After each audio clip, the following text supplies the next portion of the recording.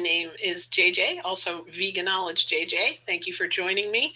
Today I wanted to talk about something that is a little bit confusing when you first enter into this lifestyle or you first hear about it. What is the difference between vegan and vegetarian?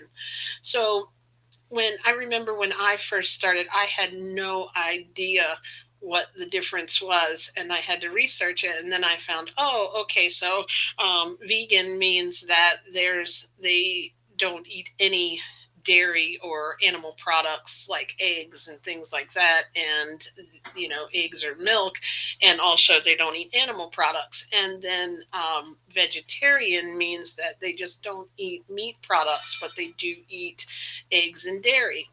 And there are people who come into the diet as vegetarians, and then later on they unfold a new layer with information. Actually, a lot of people that I've interviewed, especially that have been vegan for a long period of time, back in their earlier days when they were younger, vegetarian was very popular.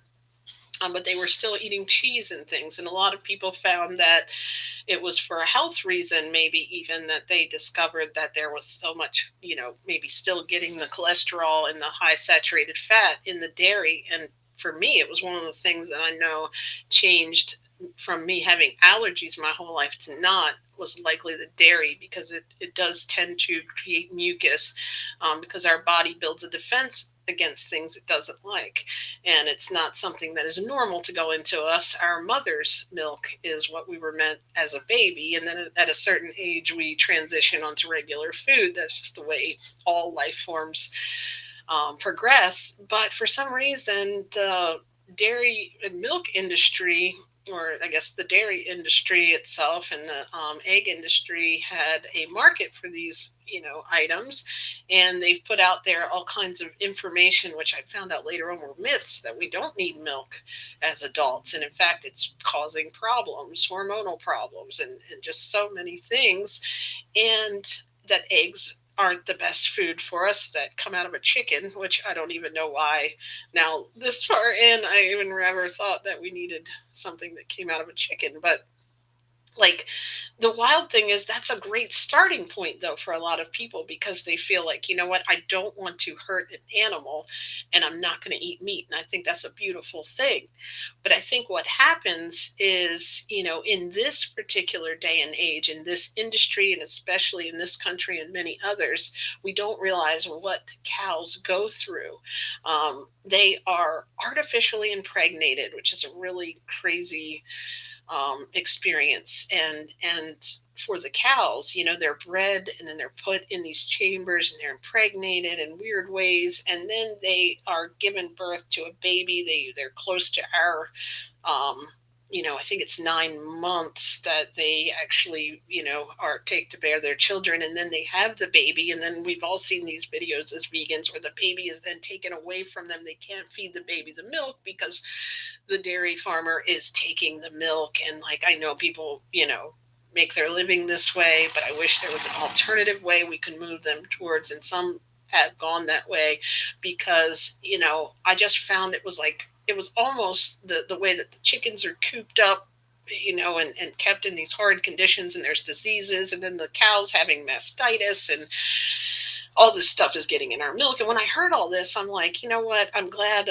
I didn't even know about vegetarian, that I just went vegan. But I also think that we have to, love and appreciate vegetarians, because they're on their way to discovering the same information, and maybe that's where they are in their journey. But for me, when I found out the difference, I wanted to be completely vegan, because I didn't realize that dairy and chickens it was hurting animals at first. I didn't realize any of this was. I didn't realize slaughterhouses had scared animals in them. Like, we just don't make that connection.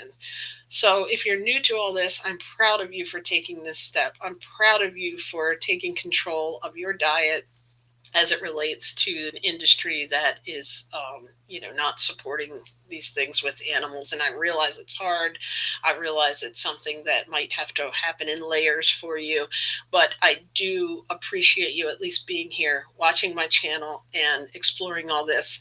You can check out my story of how I went from SAD to GLAD. SAD is Standard American Diet acronym, to GLAD is the 4-step blueprint that I share with you, how to transform your health, weight, and mindset to finally reach your goals with joy and ease.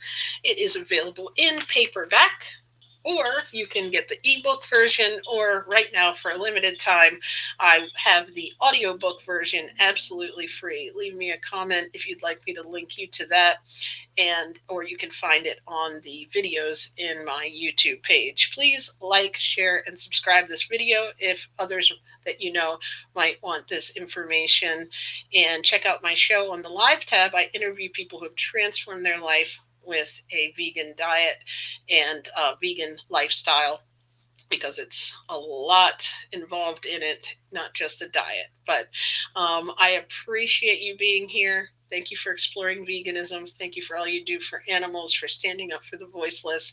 And please check out a copy of my book, and I'll be having workshops and different things soon if you're interested in following a raw or high raw vegan diet, and how you can move from SAD to GLAD.